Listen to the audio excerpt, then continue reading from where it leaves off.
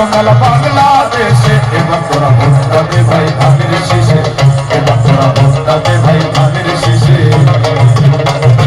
ধানের শীষের বসলো মেলা বাংলাদেশে, ধানের শীষের বসলো মেলা বাংলাদেশে, বসলো মেলা বাংলাদেশে, এবার তোরা ভোটটা দে ভাই ধানের শীষে, এবার তোরা ভোটটা দে ভাই ধানের শীষে।